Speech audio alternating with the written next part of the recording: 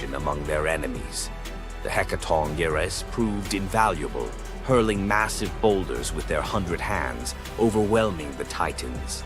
One by one, the Titans fell, their immense power no match for the combined might of the Olympians and their allies. Cronus was the last to fall. Zeus struck him down with a thunderbolt so powerful that it split the skies. With Cronus's defeat, the Titanomachy was over. With the Titans defeated, Zeus and his siblings faced a choice: what to do with their vanquished foes. In a move both strategic and ruthless, Zeus imprisoned the Titans in Tartarus, deep within the underworld, where they would remain for eternity under the watchful eye of the Hecatoncheires. Zeus then divided the cosmos with his brothers. He claimed the skies as his domain, Poseidon took the seas, and Hades ruled the underworld. Together, they established the rule of the Olympians, with Zeus as their undisputed king. But the Titanomachy left scars. Gaia, enraged by the imprisonment of her Titan children, gave birth to new monstrous beings to challenge Zeus's reign. Among them was Typhon, a creature so fearsome that even the gods trembled before him. Typhon's battle with Zeus is another story for another day, but it serves as a reminder that power in the ancient world was never secure. Zeus's rise to power marked the beginning of a new era, but his reign was anything but peaceful. While he was the king of the gods, his rule was marked by constant challenges, from rebellious mortals to jealous deities and his own unquenchable desire for love and control. Zeus was both a protector and a tyrant, a figure who inspired awe and fear. His thunderbolts were a symbol of justice, but they were also a tool of destruction. He fathered countless children, both mortal and divine, and his many affairs often sparked conflict among the gods. Yet, despite his flaws, Zeus's rule brought stability to a chaotic world. Under his reign, the gods established order, overseeing the realms of humans and maintaining the delicate balance between earth, sea, and sky. The myth of Zeus and the Titanomachy isn't just a tale of war. It's a story about the cycles of power and rebellion. Just as Zeus overthrew Cronus, who had overthrown Uranus, Greek myths suggest that even the mightiest rulers are vulnerable to the forces of change. Zeus's story reminds us that leadership comes with its own set of challenges. It's not just about gaining power, it's about maintaining it, often at great cost. Zeus's rise to power is one of the most thrilling tales in mythology, filled with battles, alliances, and sacrifices. But what do you think? Was Zeus a just ruler, or was he simply another tyrant destined to fall like the Titans before him? Let us know your thoughts in the comments below. Don't forget to like this video if you enjoyed this dive into Greek mythology, share it with fellow myth lovers, and subscribe to our channel for more epic tales from the ancient world. Until next time, remember, the gods may rule from above, but their stories remind us of the struggles we all face below. You thought fairy tales were magical. Think again. The real origins of these classic tales are disturbing, gruesome, and filled with horror. Many of these stories have been sanitized for modern audiences, but their original versions were filled with betrayal, curses, and brutal consequences. From Pinocchio's horrifying fate to the true story of Bluebeard, let's dive into the darker side of fairy tales that history tried to erase. Fairy tales weren't always about happily ever after. Many of them were cautionary tales, warning of real dangers, human cruelty, and supernatural horrors. One, the original Pinocchio, a gruesome fate. Before Disney made him a lovable puppet, Carlo Collodi's original Pinocchio was a terrifying little troublemaker. Instead of learning his lesson, he was hanged from a tree by a group of bandits, left to suffocate as a punishment for his misdeeds. 2. Bluebeard, the serial killer's tale. Bluebeard was not a misunderstood nobleman.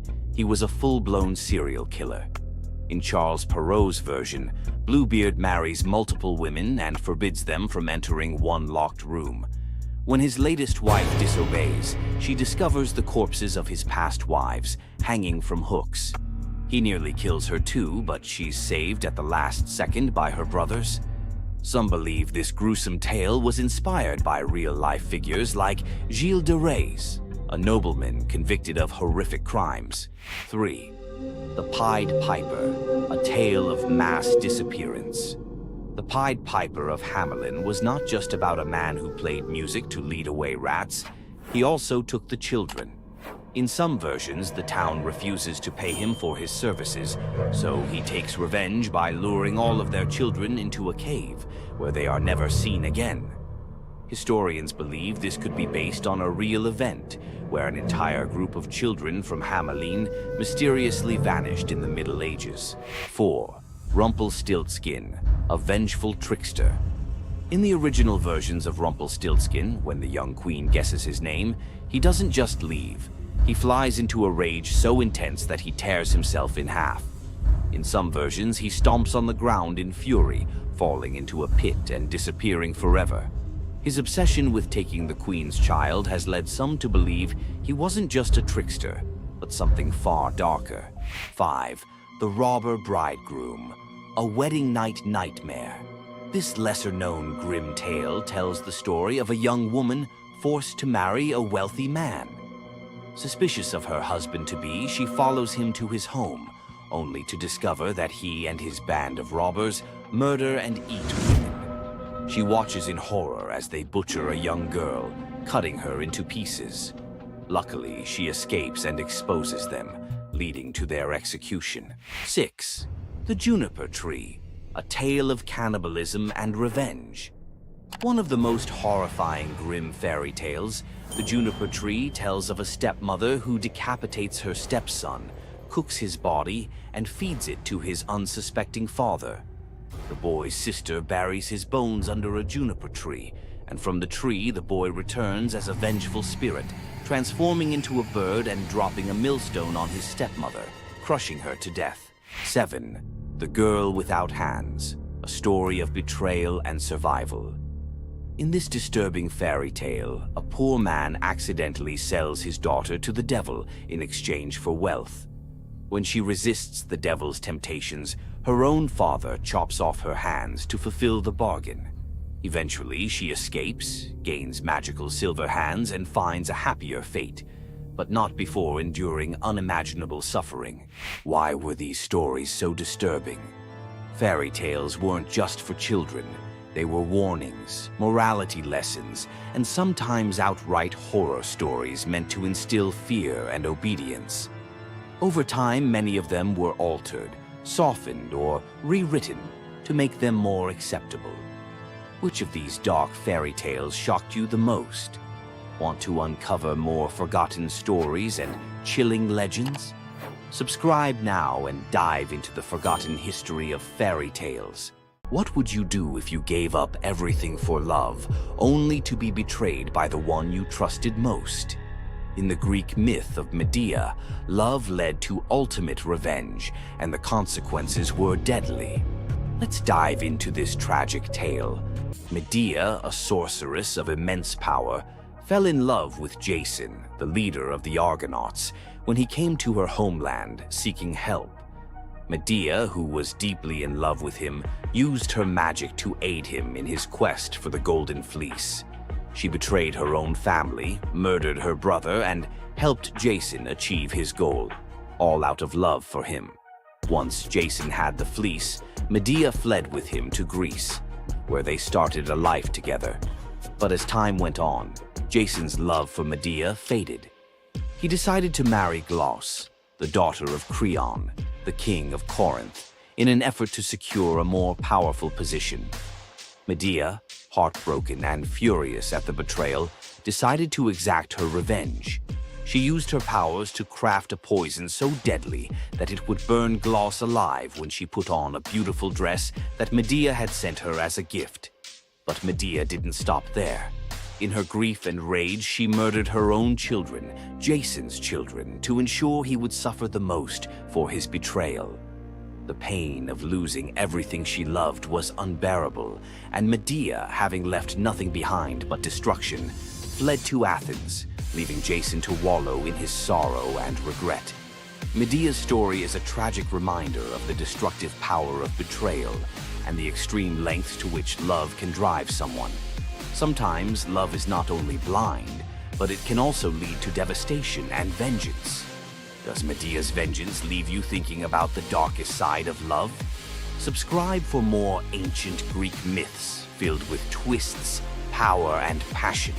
Ever wondered what it would be like to walk through the ancient world and encounter mythical creatures from Greek mythology? Get ready to meet the beasts that shaped legends. In Greek mythology, creatures were more than just beasts. They were symbols of the forces of nature, God's will, and humanity's struggle with the unknown. From the terrifying Minotaur lurking in the labyrinth to the mesmerizing sirens luring sailors to their doom, these creatures were as captivating as they were dangerous. The mighty Hydra, with its multiple heads that regrew each time they were cut off, was a symbol of unstoppable power. The Cerberus, the three-headed dog guarding the gates of the underworld, represented the barrier between life and death. But not all mythical creatures were monsters. The graceful Pegasus, a winged horse born from the blood of Medusa, symbolizes freedom and the pursuit of the heavens. These creatures still live on in our stories, haunting the shadows of ancient Greece and whispering through the winds of time. Which Greek mythological creature fascinates you the most? Share your thoughts and don't forget to subscribe for more legendary tales from Greek mythology. Imagine being one of the greatest hunters in the world, known for your unmatched speed and skill. But despite all your abilities, your destiny is determined by a simple golden apple. Let me tell you the tragic tale of Atalanta, the huntress who couldn't escape her fate. Atalanta was abandoned at birth by her father, Zeus, who didn't want a daughter. Left to die in the wilderness, she was raised by a she-bear, learning to hunt and survive. As she grew, Atalanta became a legendary warrior, her skills in hunting unmatched. But no matter how great she became, she could never escape one thing: her prophecy. A prophecy foretold that Atalanta would only marry a man who could outrun her in a race. As the years went by, many suitors came, eager to win her hand. But Atalanta, fiercely independent, defeated them all. Her speed was unbeatable, and no man could match her skill. Then came Meleager, a brave hero who had heard of Atalanta's strength and beauty. Unlike the others, he didn't boast about his abilities. Instead, he came prepared with a plan. Meleager, knowing Atalanta's curse, asked the goddess Aphrodite for help. She granted him 3 golden apples, which he used to distract Atalanta during their race. As Atalanta raced ahead, confident of her victory, Meleager tossed the apples one by one in her path. The golden apples were so beautiful, they distracted Atalanta just enough to slow her down. In the end, Meleager won the race, and Atalanta was forced to marry him, despite her reluctance to give up her independence. But the story doesn't end in happiness. Atalanta and Meleager's marriage was plagued with regret. Atalanta, still driven by her need for freedom, felt trapped by the very love she couldn't escape. And in the end, Meleager, whose destiny was also marked by the gods, tragically died before she could ever truly be free. Atalanta's story is a tale of love, fate, and the clash between personal destiny and desire. Despite her unmatched strength and independence, her fate was sealed by love, and her story remains a tragic reminder of how even the most powerful can be brought down by what they cannot control. If Atalanta's bittersweet story of fate and love left you in awe, subscribe for more untold Greek myths and the heroes who shaped the ancient world. You've heard of a goddess whose beauty was unmatched. But what if I told you that her beauty wasn't what it seemed? In fact, her allure led to some of the darkest consequences in ancient myth. This goddess, adored by many, held the power to captivate anyone with a mere glance. She was so beautiful that her charm could sway the gods, kings, and mortals alike. But this beauty came with a deadly price. The goddess we're talking about is none other than Aphrodite, the Greek goddess of love and beauty. While she is often depicted as the epitome of grace, sensuality, and allure, her beauty was more of a curse than a gift. Aphrodite's powers extended beyond just physical beauty. Her charm was irresistible, but it came at a cost. Her very presence could bring turmoil. Many heroes and kings fell victim to their obsession with her. Take Paris, for instance. His decision to choose Aphrodite as the fairest of the goddesses set in motion the events that led to the Trojan War. His desire for her beauty caused the death of thousands and the fall of Troy. But Aphrodite's beauty didn't just destroy men, it could break gods too. The tale of her and Ares, the god of war, exemplifies this. While Aphrodite was married to Hephaestus, the god of blacksmiths, her passionate affair with Ares led to chaos among the gods. Her beauty wasn't just about attraction, it caused jealousy, betrayal, and ultimately destruction. Despite her dazzling appearance, Aphrodite was also a figure of deceit and destruction, proving that beauty, when it holds such power, can be dangerous. It's no wonder the ancient Greeks warned that appearances can be deceiving. Aphrodite's beauty may have dazzled the world, but her story teaches us that sometimes what's on the surface can mask a much darker reality. So, was Aphrodite's beauty a blessing or a curse? The myths suggest that beauty, when wielded by the gods, is never what it seems. If you want to uncover more hidden truths about gods and goddesses from the ancient world, hit that subscribe button. There's so much more to explore in these captivating stories of the past. Imagine having a wish so powerful that everything you touch turns to gold. Sounds like a dream, right? But for King Midas, this dream turned into a nightmare. Let's dive into his tragic story. Once upon a time, King Midas ruled over a prosperous kingdom known for his wealth and opulence. But Midas wasn't just content with riches. He wanted more. He wished for the ability to turn anything he touched into gold. One day, the god Dionysus appeared before him and, impressed by Midas's devotion, granted him the wish. At first, Midas was overjoyed. Everything he touched, his food, his treasures, his furniture, transformed into gold. His wealth grew beyond imagination, and his joy knew no bounds. But soon, Midas realized the curse of his wish. He touched a rose, gold. He touched his food, gold. Desperate for a meal, he tried to drink water, gold. In horror, Midas realized that even his daughter, whom he loved dearly, turned into a lifeless golden statue when he touched her. Furious with the consequences of his greed, Midas begged Dionysus for mercy. The god, seeing the king's suffering, told him to wash in the river Pactolus. And in that moment, Midas's golden touch was taken away. The river's waters, now imbued with Midas's curse, carried gold downstream, forever tainting the land. King Midas's story is a reminder that greed often blinds us to the consequences of our desires. His once prized gift became his greatest curse, teaching us that not all treasures are worth the price. If King Midas's tale of power and greed left you thinking, make sure to subscribe for more epic Greek myths and their timeless lessons. Stay tuned for more stories of fate, love, and the gods' wrath. Imagine a woman so terrifying that a single glance from her could turn anyone into stone. Medusa, a name that echoes through history as a monster, a villain, and a symbol of pure horror. But what if everything you thought you knew about her was wrong? Medusa wasn't always a monster. Her story is one of betrayal, injustice, and a curse she never deserved. She wasn't born a villain. She was made into one by the gods themselves. But even as a victim, she found a way to turn her tragedy into power. Today, we'll unravel the myth of Medusa and discover the deeper truth behind her story. From her tragic origins to her transformation into a feared Gorgon, to her epic confrontation with Perseus. This is the tale of Medusa like you've never heard it before. Long before the snakes, before the curse, Medusa was a mortal woman of extraordinary beauty.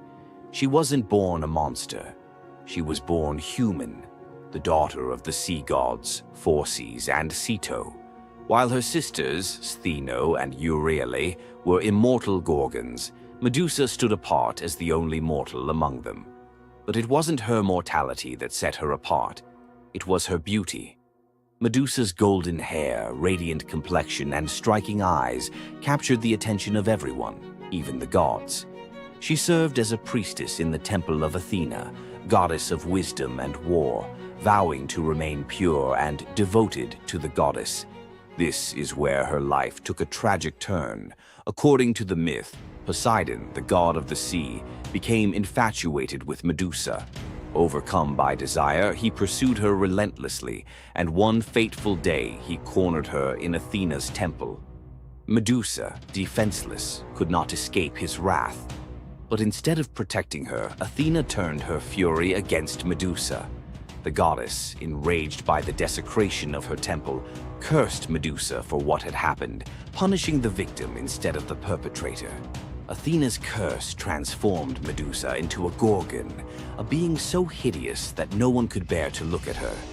Her golden hair turned into a nest of venomous snakes, and her eyes became so powerful that a single glance could turn living creatures to stone. This moment defined Medusa's new existence. Once revered for her beauty, she was now feared and hunted as a monster. But beneath the horror of her transformation lay a deeper question. Was Medusa truly cursed, or had she been given a weapon to defend herself in a world that had betrayed her? Medusa fled from civilization, retreating to a remote island where she lived in solitude. Here she came to terms with her new form and the terror it inspired. The snakes in her hair hissed constantly, and her reflection, once a source of pride, was now a weapon she couldn't dare to look at. But the world wouldn't let her rest.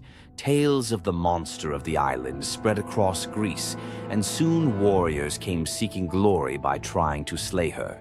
None succeeded. Each challenger who entered her domain fell victim to her petrifying gaze, their bodies forever frozen in stone. Medusa's life became one of survival, fending off those who sought to destroy her while grappling with the isolation of her curse. She was trapped in a cycle of violence she didn't choose, but couldn't escape. As the years passed, Medusa's story became twisted.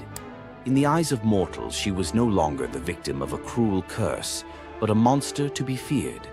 The tragic young woman was lost to legend, replaced by the image of a terrifying villain. Enter Perseus, a young demigod with a destiny to fulfill. Tasked with bringing back Medusa's head as proof of his strength, Perseus embarked on a perilous journey to find her. But unlike the warriors before him, Perseus wasn't relying solely on his skill. He had the favor of the gods. Athena and Hermes provided Perseus with gifts to help him on his quest. Winged sandals to fly, a reflective shield to avoid Medusa's gaze, and a sword sharp enough to cut through anything. Most importantly, he was given a magical bag to safely carry her severed head. Perseus's journey to Medusa's lair was filled with danger, but none compared to the final challenge, facing the Gorgon herself. When Perseus arrived, Medusa was sleeping. For the first time in years, she looked peaceful, an almost human reminder of who she once was. But Perseus couldn't afford to hesitate. Using the reflective shield as a mirror, he avoided her petrifying gaze and struck with precision, severing her head in one swift motion. The blood that spilled from Medusa's neck gave birth to two incredible beings, Pegasus, the winged horse, and Chryser, a golden giant. Even in death, Medusa's body produced miracles, a testament to the power she had carried within her. Perseus carried Medusa's severed head back to Greece, where it became both a trophy and a weapon. Her gaze retained its power, turning enemies into stone, and Perseus used it to defeat his foes and protect his people. But Medusa's story didn't end with her death. Over time, her image transformed from that of a monster to a symbol of strength and defiance. Women, especially, began to reclaim her story, seeing her as a figure who resisted the gods and survived unimaginable betrayal. Today, Medusa is more than a mythological figure. She's an icon. Her face appears in art, literature, and even modern movements that challenge systems of power and oppression. But the question remains, was Medusa truly a monster, or was she a victim of a world that feared her power? Medusa's story is a reminder that myths are more than just tales of gods and heroes. They're reflections of human nature, of the injustices and triumphs we still see today. So, what do you think? Was Medusa a villain, or was she a misunderstood symbol of resilience? Leave your thoughts in the comments. Give this video a like if you found her story as fascinating as we did. And don't forget to subscribe to the channel for more deep dives into the myths and legends that continue to shape our world. Until next time, keep questioning, keep exploring, and keep looking beyond the surface. We all know Zeus, king of the gods, whose power seems absolute. But there's an ancient force even he won't cross. This is the story of how Zeus was humbled by the goddess of night herself, Nyx. Long before Zeus, there were primordial gods who were the universe's core forces. The most powerful was Nyx. Born from chaos, she is the night. Her domain is the inescapable shadow that falls over the world, and her children are forces like Hypnos, god of sleep, and Thanatos, god of death. Our story starts during the Trojan War. A furious Hera wanted to help the Greeks against Zeus's orders. To do it, she needed Zeus asleep. She went to Nyx's son, Hypnos, with an irresistible offer: put the king of the gods into a deep slumber.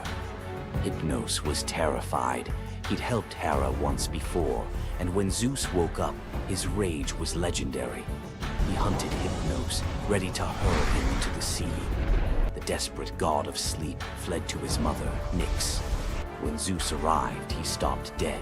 Unwilling to offend the ancient knight, he retreated. Despite the memory, Hera's new offer was too good to pass up. Hypnos put Zeus to sleep, and Hera got her wish. But this story from Homer's Iliad isn't about the trick. It reveals Zeus's deep, reverent fear of offending night. Nyx's power isn't about force. It's her very essence, a cosmic order he dared not challenge. The clash between Zeus and Nyx wasn't a battle of thunder and shadow, but of authority versus primordial power. Nyx's presence alone was enough to remind Zeus that even he has limits. The brilliant order of the day must always give way to the profound mystery of the night.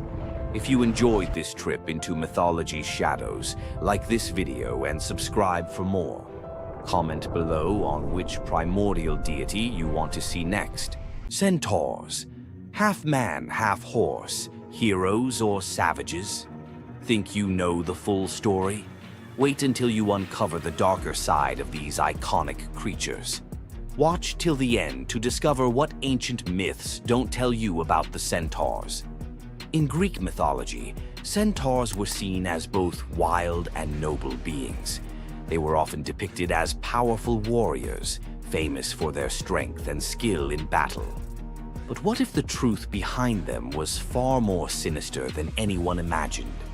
While some centaurs, like Chiron, were revered for their wisdom and kindness, many others were violent, uncontrollable creatures.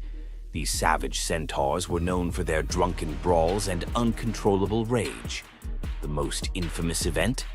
The Battle of the Lapiths and Centaurs, where they fought against the Lapiths during a wedding feast, leading to a massacre of both men and women. Their brutal behavior was more than just a mythological tale. It symbolized the chaos that could occur when civilization collided with the wild, untamed forces of nature. But why did the Greeks depict centaurs this way? Was it a cautionary tale about the dangers of unchecked power and savagery, or a deeper reflection on humanity's struggle between reason and instinct? The darker truth behind the centaur myth might just hold the key to understanding the wild, primal side of ancient Greek culture. Centaurs are more than just mythical beasts. They represent the conflict within us all. If you're fascinated by the hidden truths of ancient myths, don't forget to subscribe for more dark stories from Greek mythology. Every Monday you log on. Every quarter you hit your targets. Every year you get a new set of KPIs, and every time the boulder rolls right back down the mountain. You feel trapped in a cycle of meaningless repetition. You call it the 9-to-5 grind. The ancient Greeks called it Sisyphus. Sisyphus was not a hero. He was a master manipulator, the most cunning king in all of Greece. He betrayed Zeus to a river god just to get a freshwater spring for his city. But his masterpiece of arrogance?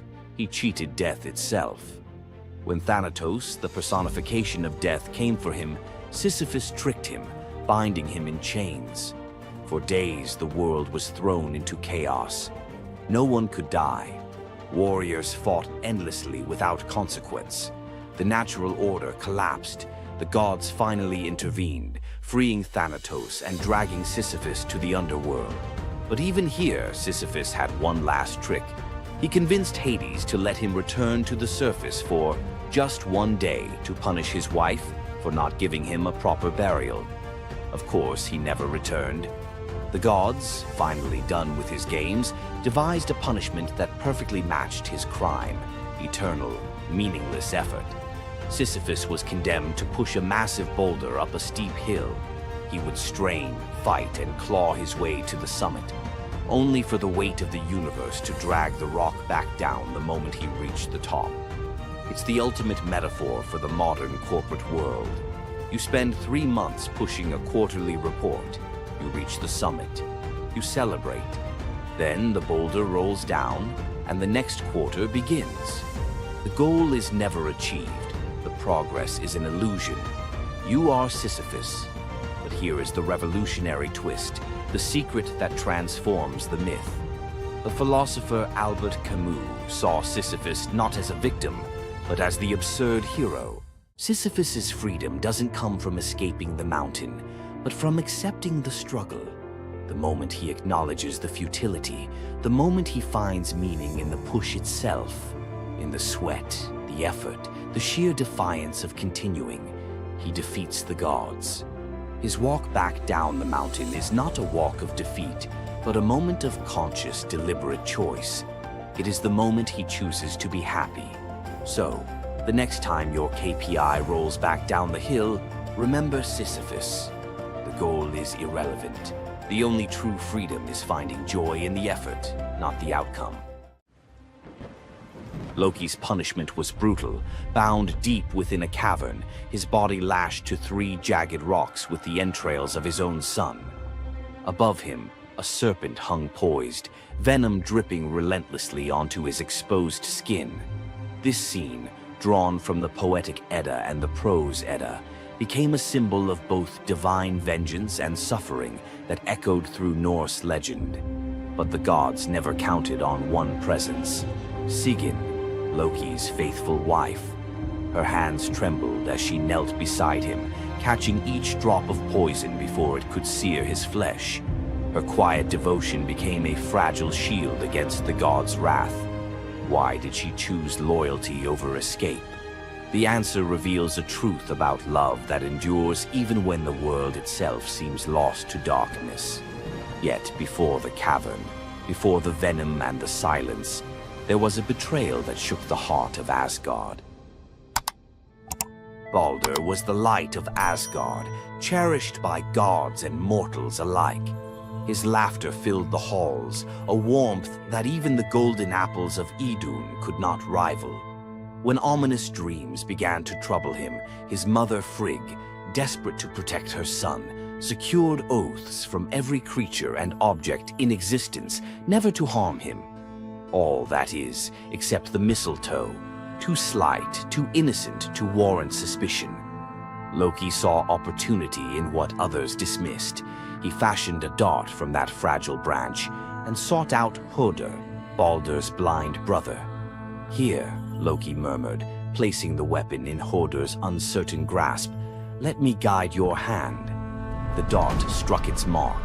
In an instant, Baldur's light was snuffed out, his presence gone from the world. The gods stood in stunned silence, their joy shattered. Loki lingered in the shadows, the faintest smile on his lips, before slipping away unseen.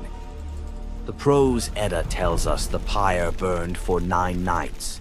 Baldur's wife, Nanna, overcome with grief, cast herself onto the flames, her spirit entwined with his.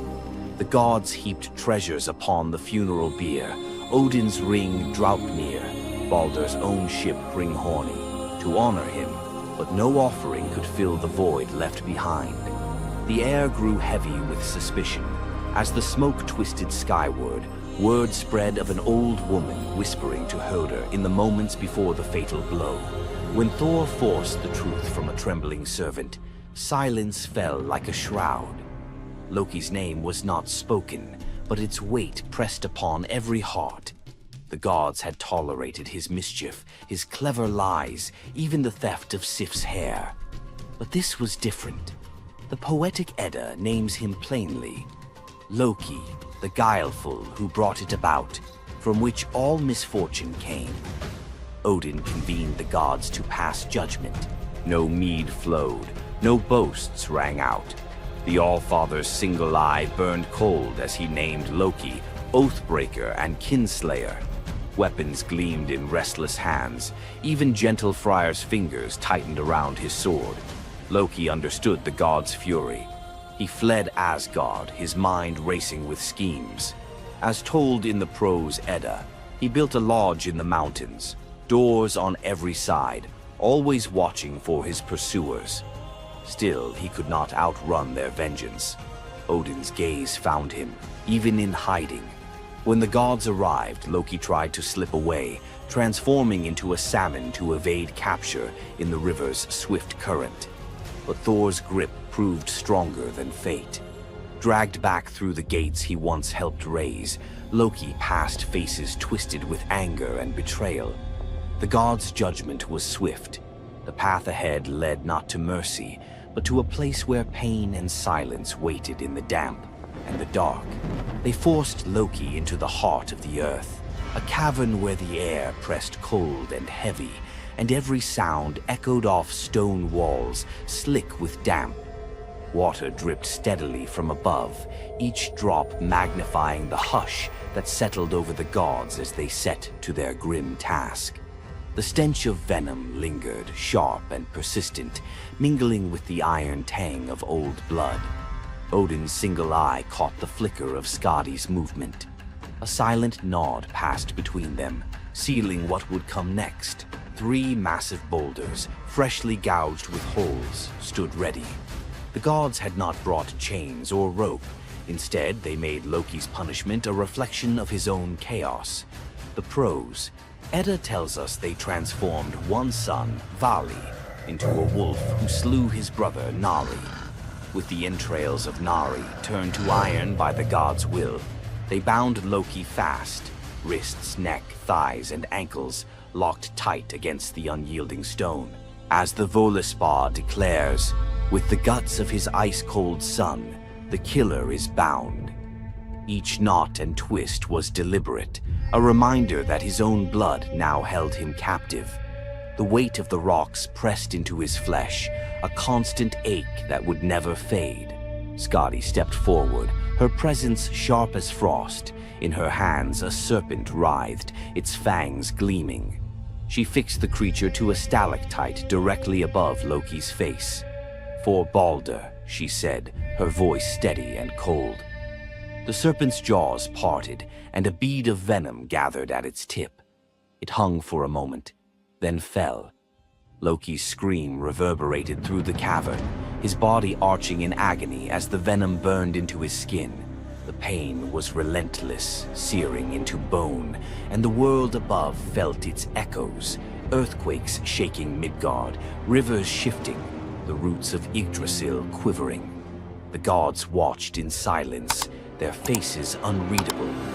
Justice, they believed, had been served. As the serpent's venom continued its slow assault, the rhythm of torment became all-consuming. The next drop formed, poised to fall. Then a figure emerged at the edge of the chamber, a woman, silent, a wooden bowl cradled in her hands. Sigin's arms were blistered, her sleeves stained, but her grip was unwavering as she stepped into the circle of pain. The cavern held its breath. Sigyn knelt, her presence a quiet defiance. The venom hissed into the bowl, wood darkening with each drop. The gods turned away, their judgment complete, but the story within the cavern was only beginning. The bowl rested in Sigyn's hands, its wooden sides polished by hours of silent endurance.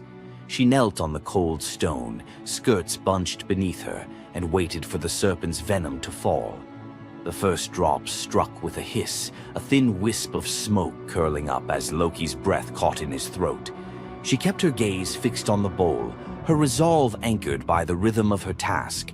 Time unraveled in the cavern, marked only by the relentless cadence of the venom. Drip, catch. The liquid sizzled as it struck the wood, the heat seeping through Sigyn's calloused palms. Each shift of her grip was subtle, a quiet adjustment to keep the bowl steady as her arms ached. Above, the serpent's shadow twisted over the stone, its coils unmoving, its venom gathering in slow, deliberate drops. Loki whimpered, bracing for pain that had become his constant companion. The sound of his dread was sharper than his cries. The air hung heavy with the stench of scorched flesh and the metallic sting of poison. The darkness pressed in, broken only by the faint glimmer of Sigyn's tears as they mixed with venom in the bowl, each drop a testament to her resolve. The silence between drops was punctuated by Loki's ragged breaths and the distant echo of water dripping from the cavern walls. Sigyn's world narrowed to the weight in her arms and the threat above. The bowl filled, the venom rising perilously close to the rim. Sigyn's muscles trembled, but she did not let her grip falter. When at last the bowl brimmed, she had no choice but to turn away. In that brief moment, as she emptied the venom onto the rocks, Loki's body convulsed, his scream raw and unrestrained. The poison ate into the stone, leaving blackened scars as Sigyn hurried to wipe the bowl clean and return to her vigil. For time beyond reckoning, Sigyn remained. The myth offers no window into her thoughts, only the image of her kneeling, unwavering as Loki's mind splintered under the weight of his agony. Was she remembering laughter in sunlit halls, or simply unable to imagine leaving him alone in the dark? The venom's rhythm never changed. The bowl would fill. Loki would suffer.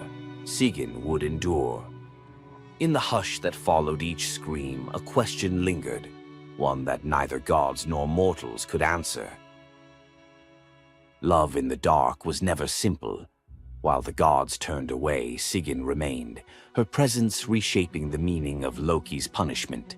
His betrayals had echoed through Asgard, yet her loyalty was a force the gods never expected. The Eddas offer no window into Sigyn's thoughts, recording only her actions. Blistered hands, a steady bowl, venom caught before it could sear flesh. This silence leaves space for us to wonder. Was it love that held her there, or a deeper sense of duty, something older and more enduring than the gods' own laws? Loki, once the master of deception, now depended on the mercy of the one he had so often left in the shadows. When the bowl overflowed and Sigyn turned away, each drip crept like fire through him, twisting his features in agony. His eyes, when they met hers, flickered with both gratitude and resentment. He needed her, but the venom's torment mingled need with bitterness. Still, Sigyn returned every time, catching the next drop before it could fall. The myths do not say what passed between them in those moments, only that she stayed, her resolve unbroken. Scholars often call Sigyn the embodiment of loyalty, the ultimate symbol of spousal devotion. Yet, her sacrifice was more than an act of love. It was a quiet rebellion. By kneeling in the cavern, she defied the gods' vision of justice. Odin had crafted Loki's punishment to be absolute, to break him alone in the dark. Sigyn's refusal to abandon her husband became a shield, her presence a silent protest that denied the gods complete victory. The Eddas never assign her a motive, leaving modern readers to fill the silence with their own questions and interpretations. Was her endurance an act of compassion or a challenge to the order imposed by the gods? Each drip marked the passage of time, each bowlful a measure of suffering and steadfastness.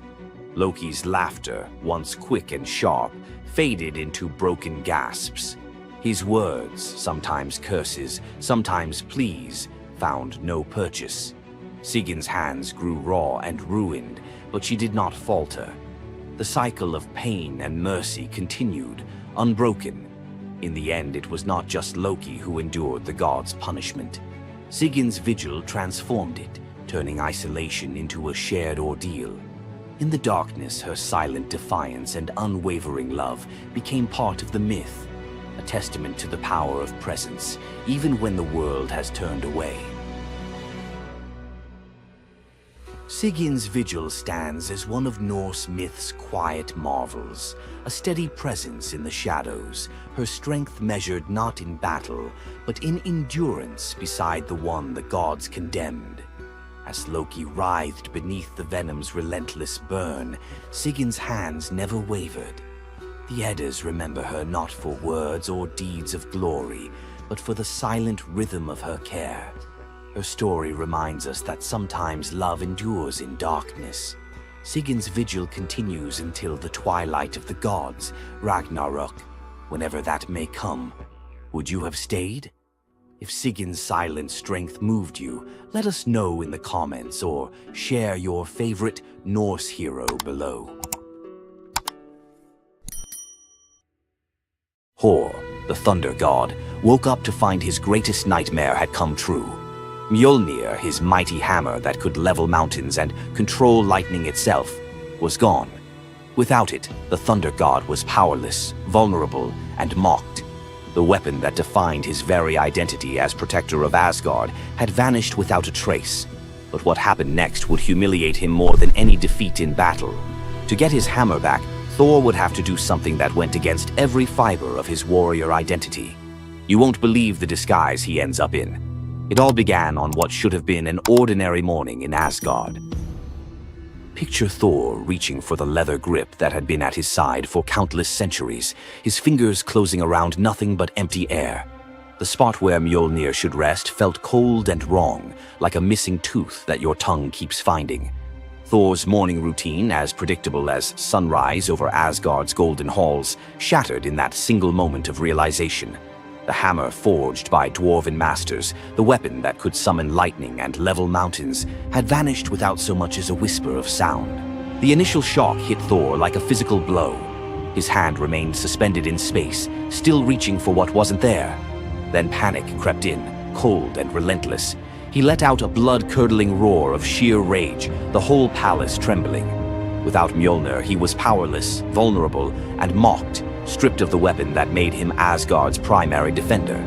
The enemies that prowled the borders of the Nine Realms knew about his mighty hammer. They counted on Thor's strength to keep them at bay. Now that strength was gone. Word spread through Asgard's halls faster than wildfire. The other gods gathered in emergency council, their faces grave as they grasped the full scope of the crisis. Odin's ravens had brought no news. The watchmen at the gates had seen nothing. Mjolnir had simply disappeared, as if it had never existed at all. The assembled gods understood what Thor's loss meant for their realm. Asgard stood vulnerable, its greatest protector reduced to a shadow of his former self. Loki stepped forward through the crowd of worried gods, his familiar, cunning smile playing at the corners of his mouth. He offered to investigate the theft using his shape-shifting abilities, volunteering to venture where other gods could not go undetected. The council accepted his proposal immediately, desperate for any lead in their search. Thor watched his brother prepare for the mission, knowing that Loki's success or failure would determine his own fate. Loki first borrowed Freya's magic feathered coat, allowing him to fly in falcon form to Jotunheim without raising alarms. Each dead end pushed Thor deeper into desperation. He imagined facing his enemies defenseless, their laughter echoing as they realized the thunder god carried no thunder. The trail finally led to the most dangerous territory of all, Jotunheim, the realm of the giants. Loki strode into the council chamber with the confident gait of someone who had solved a mystery, but his expression carried an ominous weight. The giant Thrym, lord of the frost giants, had openly boasted about his theft from his massive throne of ice and stone. He had buried Mjolnir 8 leagues beneath the frozen earth of his realm, thrice deeper than any giant's hall, he claimed, placing it where even Thor's strength would be useless. Thrym had what he thought was a simple demand for the Norse gods. He wanted the beautiful goddess Freya as his bride in exchange for the hammer's return.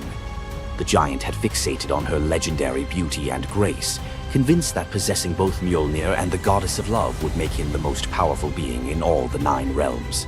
His arrogance knew no bounds as he described his elaborate wedding plans to Loki, speaking of golden halls and feasts that would last for weeks. Thrym believed the gods had no choice but to accept his terms. When Loki spoke to the council about Thrym's demand, the council fell silent. Freya's reaction shattered the tense quiet that followed Loki's report, causing her rage to break the Brisinger necklace, its gems scattering across the floor in glittering fragments. She declared she would rather throw herself into the deepest ocean than marry the frost giant who dared make such a demand. The gods found themselves trapped in an impossible situation. They could sacrifice one of their most beloved goddesses to a giant's lust, or they could leave Thor permanently weakened and Asgard vulnerable to every enemy that prowled the borders. The council erupted in frantic debate. Some suggested launching a full assault on Jotunheim, but Thrym's fortress was impregnable and his army vast. Others proposed trickery or negotiation, but every path led to either devastating war or humiliating surrender. Heimdall, the far-seeing guardian who watched over the Rainbow Bridge, had remained silent throughout the heated discussions. When he finally spoke, his words stopped every conversation in the hall. His suggestion was so outrageous, so completely unthinkable, that even Loki's jaw dropped open in shock. The gods stared at Heimdall as if he had lost his mind, but they were out of other options.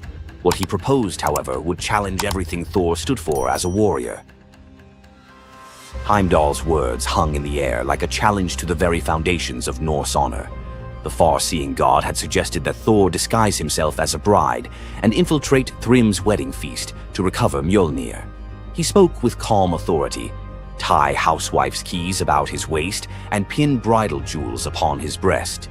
The idea was so fundamentally opposed to Norse concepts of masculine honor that Thor's initial response shook the very walls of Asgard. He declared the plan preposterous and swore he would never hear the end of it if word spread that the thunder god had dressed as a woman. The assembled gods watched in tense silence as their mightiest protector wrestled with a challenge that could not be solved through brute force or lightning strikes. They had already considered launching a full assault on Jotunheim, but Thrym's fortress was impregnable and his army vast. No other choice remained. Thor paced the hall like a caged wolf, his massive fists clenched as he grappled with the impossible choice between his warrior's pride and his duty to protect Asgard. Every instinct in his body rebelled against the idea of abandoning his identity as a fearsome warrior to play the role of a delicate bride. Loki stepped forward with barely contained excitement, volunteering to accompany Thor as his maidservant. The trickster god's eagerness to participate in this elaborate deception revealed his true nature. While Thor struggled with the concept, Loki was already plotting the specifics of costumes, mannerisms, and the lies they would need to maintain throughout their dangerous mission. The transformation began with layers of bridal linen draped over Thor's massive frame. Servants brought forth delicate jewelry, housewife's keys that symbolized domestic authority, and a dainty hood for his head. Finally came the precious necklace of Brisinger. Each item added to the disguise felt like another blow to Thor's warrior identity. When he finally looked at his reflection, the god of thunder saw an unconvincing bride staring back at him. Thor finally accepted the plan because no alternative existed. The unlikely pair prepared to set off for enemy territory, where their deception would face its ultimate test among giants, eager to celebrate their lord's triumph. The great hall of Thrym's fortress buzzed with excitement as giants gathered to witness their lord's marriage to the most beautiful goddess in all the 9 realms. Thor sat at the high table in his bridal disguise, surrounded by massive frost giants who raised their drinking horns in celebration. The feast spread before them displayed the giants' wealth and power. Roasted oxen filled enormous platters, fresh salmon gleamed on silver dishes, and barrels of mead stood ready to fuel the night's festivities. Thor's legendary appetite struck like a thunderbolt. He polished off an ox and ate whole salmon in moments, tearing through the meat as if he hadn't eaten in weeks. 3 measures of mead vanished as quickly as if someone had poured them into a bottomless pit. The assembled giants watched in stunned silence as the delicate bride consumed more food than most warriors could handle. Thrym's eyes narrowed with growing suspicion. This goddess ate like a battle-hardened warrior, returning from a long campaign, not like the refined Freya he expected to marry. Loki stepped forward with the smooth confidence of a master storyteller. He spun a tale about Freya's 8-day fast in eager anticipation of reaching Jotunheim and marrying the mighty Thrym. The explanation painted a picture of a lovesick goddess, so excited about her wedding that she had refused all food during her journey. The giants nodded in understanding, their suspicions melting away as they accepted this romantic explanation. Thrym felt honored by such devotion and relaxed completely, his doubts vanishing. Beneath his bridal veil, Thor's rage simmered like molten metal ready to explode. Every moment at the feast brought new challenges as he struggled to maintain feminine mannerisms while surrounded by his enemies. His massive hands shook with barely controlled fury as he watched the giants celebrate what they believed was their victory over Asgard. The critical moment finally arrived. Thrym commanded his servants to bring Mjolnir forth, the very moment Thor had trained his eyes on since dawn. The servants placed the legendary weapon before the disguised bride as part of the traditional ceremony. Thor's fingers closed around Mjolnir's familiar handle, and lightning immediately crackled through the hall. He ripped away his bridal veil and roared his true identity to the shocked giants. Thrym's eyes widened in terror as he realized the bride he had been celebrating was actually the god of thunder himself. Thor swung Mjolnir, killing Thrym instantly after crushing his skull with Mjolnir, then turned on the assembled giants, and even the pleading giantess met Mjolnir's crack before the hall fell silent. The theft that had begun with arrogance ended in complete destruction. This tale reveals how even the mightiest heroes must sometimes sacrifice their pride to protect what matters most. Back in Asgard, the Aesir never spoke of the bearded bride again, though a few still hide a smirk when Thor raises Mjolnir. And we end this story with a very valuable lesson. Never steal Thor's hammer. And if you're going to, don't make him dress like a woman.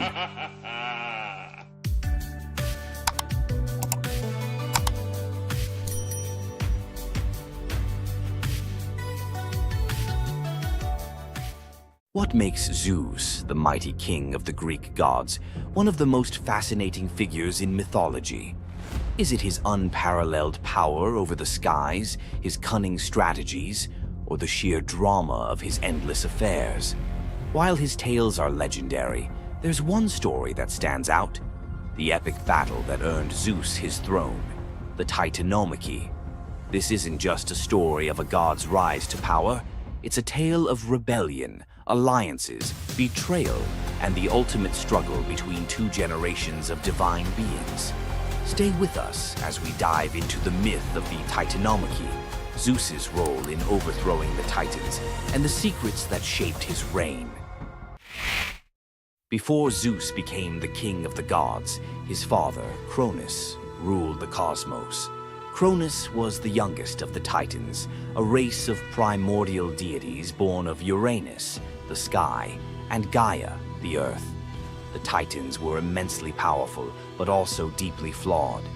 Cronus had gained power by overthrowing his own father, Uranus, in a brutal act of betrayal. But just as Cronus had betrayed his father, a prophecy loomed over him.